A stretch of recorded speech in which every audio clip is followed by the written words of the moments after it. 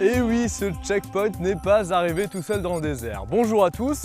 Avant de partir sur cette 5e étape, je vous propose de partir à la découverte des hommes et des femmes de l'ombre qui posent ces checkpoints tant recherchés par les équipages.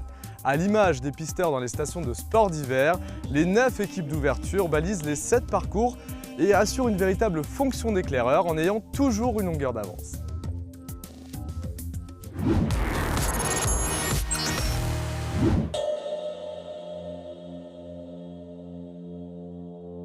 Aujourd'hui, on va positionner les balises sur les CP que les filles devront trouver demain. On est en train de préparer toutes les rations pour les 2 prochains jours, puisqu'on ne rentre plus au bivouac jusqu'à la fermeture des dunes. Indispensable au bon fonctionnement de la course, les ouvreurs vivent en décalage, toujours dans l'anticipation. Allez, en seconde, ça va monter. Il y a eu un vent de sable il y a 2 jours. Tout a été remué et il n'y a plus de portance.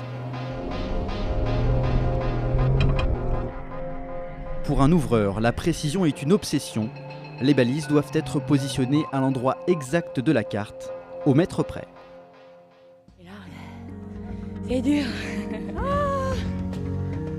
Heureusement qu'ils sont là, ces ouvreurs. On est à 3 mètres de la balise, 3 mètres 80. Devant toi, Ouais, c'est 3 pas. Juste là.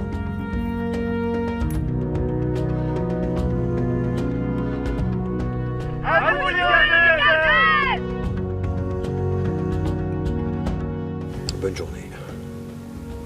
6 heures de dune, moi je dis que c'est bien. Il faudrait faire ça tous les jours.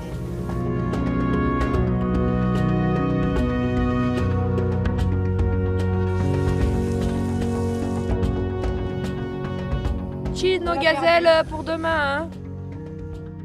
Bon courage. À la vôtre, bon bonne courage. dune. Hein. C'est long aujourd'hui ou pas? Ah oui, 170 km, il y a quand même de grandes chances qu'on rentre tard dans la nuit. D'accord, bon courage.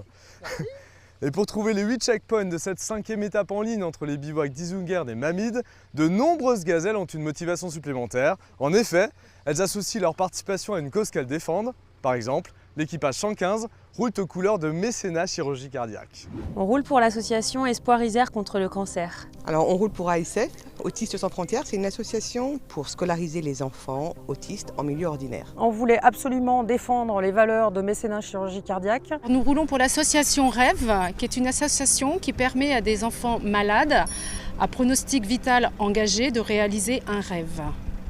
À titre d'exemple, visiter le Futuroscope, pourquoi pas.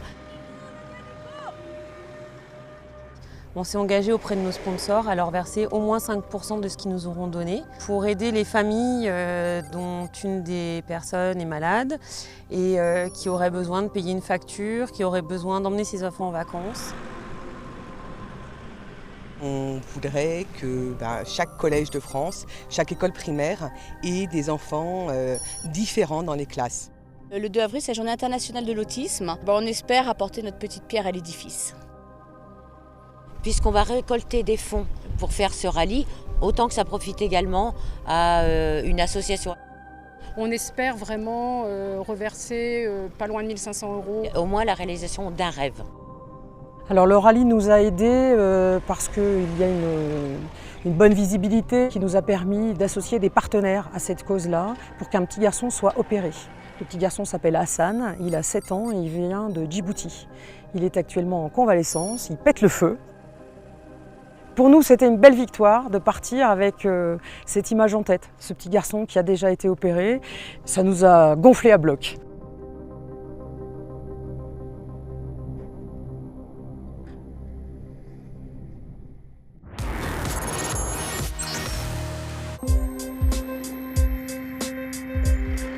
Dernier réglage, dernière répétition avant l'ultime explication dans les dunes de Chegaga. Navigation fluide lors de cette 5e étape, à condition de choisir la bonne trajectoire. Écueil passé sans encombre pour les Suissesses en 4x4. Sbinden et Steiner retrouvent de l'oxygène au général. Belle course également pour d'autres Helvètes au pied du podium.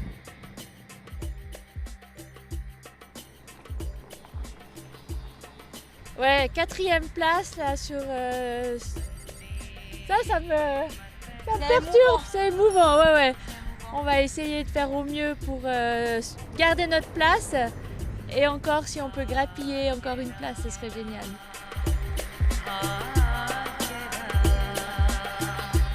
Les regrets sont éternels et elle pourrait bien en avoir à l'issue du rallye, car Céline Vega, Rohiati et Sophie Fabry sont bien les plus à l'aise en crossover. 4e victoire d'étape pour les Françaises. Problème, elles payent toujours leur 2e journée catastrophique et restent loin des Allemandes au général.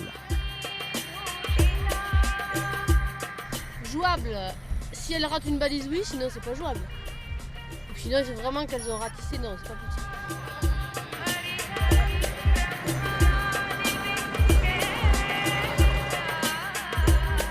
Chez les quads, la vétérinaire dans la vie semble immunisée contre l'échec.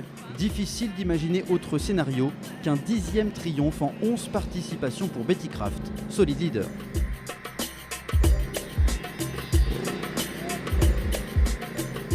Ce qu'on redoute toujours, moi, sur le sport mécanique, c'est la casse mécanique. C'est une machine qui ne marche plus ou qui a un problème.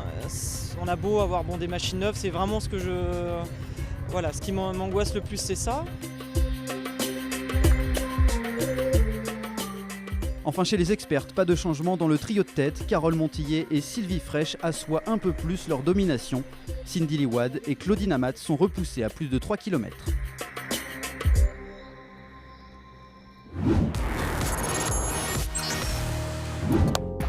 Allô ? Allô ? Il y a quelqu'un ?